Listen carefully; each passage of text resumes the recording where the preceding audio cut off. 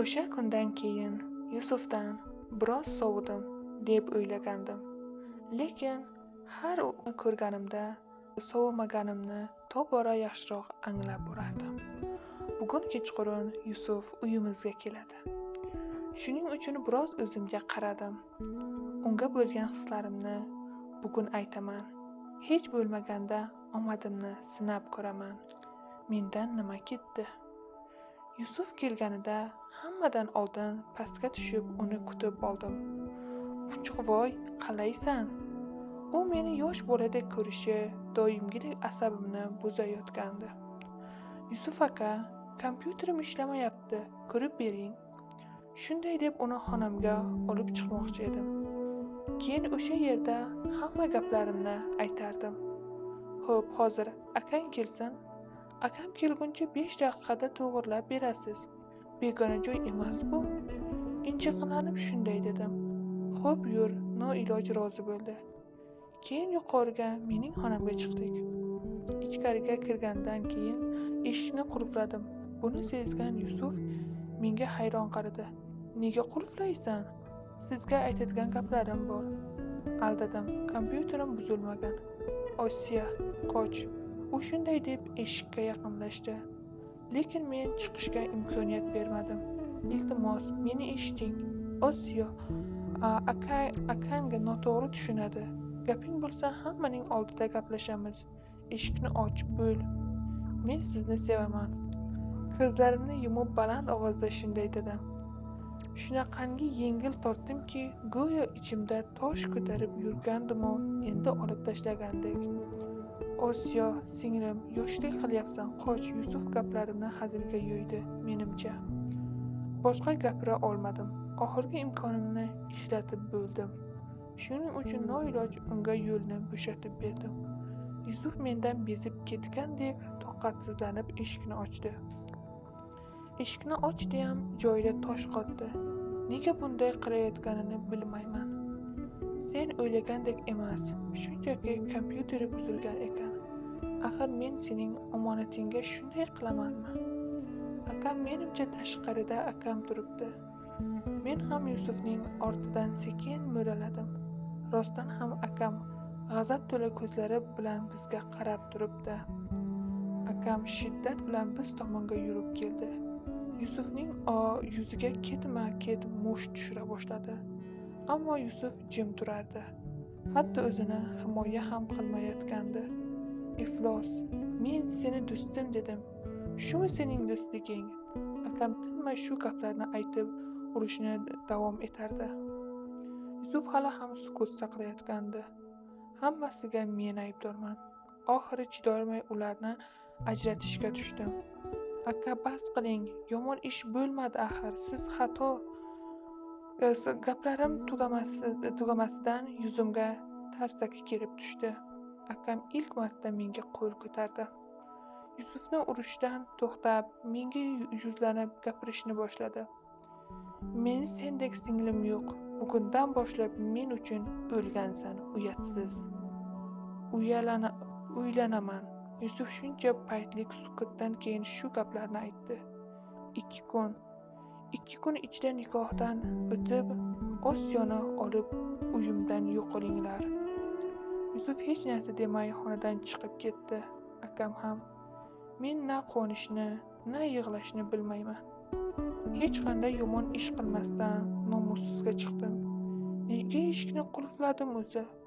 Qulflamay gapirsam nima qilib bo'lardi? Unga sevishimni aytsam-chi, hozir halovat bilan yashab yurar edim. Ammo bir tomondan juda baxtliman. Chunki endi o'zim sevgan inson bilan oila quraman. Akam bilan esa tez orada albatta yarashib olaman.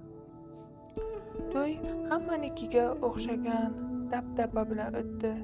Men ham oq ko'ylak kiydim. Bu dunyoda mendan baxtliroq inson bo'lmasa kerak.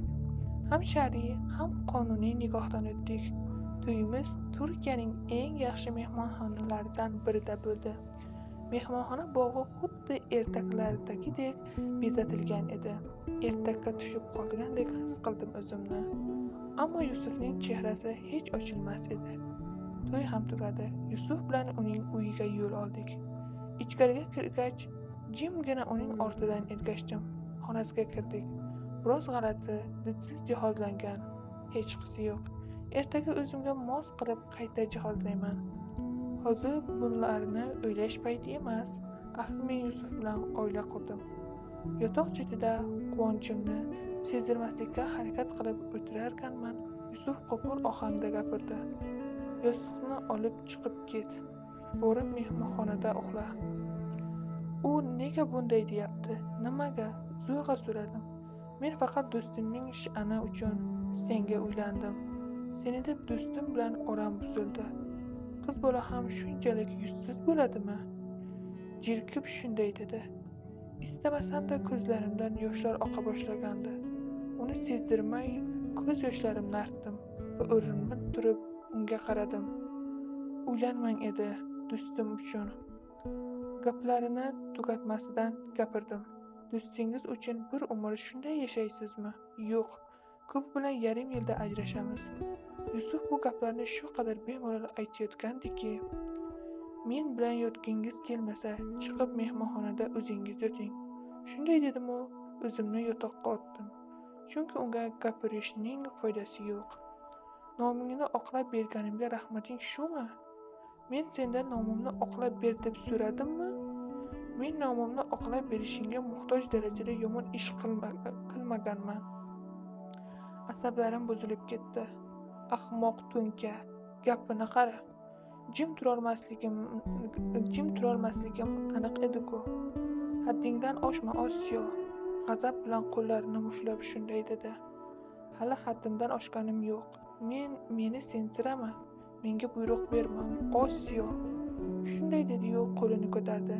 O'zini meni urishdan zo'rg'a ushlab qoldi. Qo'rqdim, juda ham qo'rqdim. Eng yomoni Yusuf umuman men o'ylagandek inson emas ekan. Osiyo, men endi akangning do'sti Yusuf emasman. Gaplaringni avval 100 marta o'ylab, keyin gapir. Tushundingmi? Bo'lmasa qo'limdan sog' chiqmaysan. Tishlarini g'irchillatib asabiy shunday dedi-yu, yostiqni olib xonadan chiqib ketdi. Bu nimasi bo'ldi? Nega endi baxtli bo'laman deganimda, endi nima qilaman? Ahvolimni o'ylab yotoqda yig'lab yotarkanman. Charchaganimdan oq ko'ylak bilan uxlab qolibman. Ertalab o'rnimdan turib, jomadonimni ochdim. Ichidan kerakli kiyimlarimni olib yuvinish xonasiga bordim. Ichkariga kirdim-u, ko'zlarimni yumib qayta chiqdim. Odam degan eshikni qulflamaydimi? Hijolat bo'lib so'radim. Yolg'iz yashaganimga odatlanibman. Yotoqxonaga ham bor-ku yuvinish xonasi. Suv kelmayapti.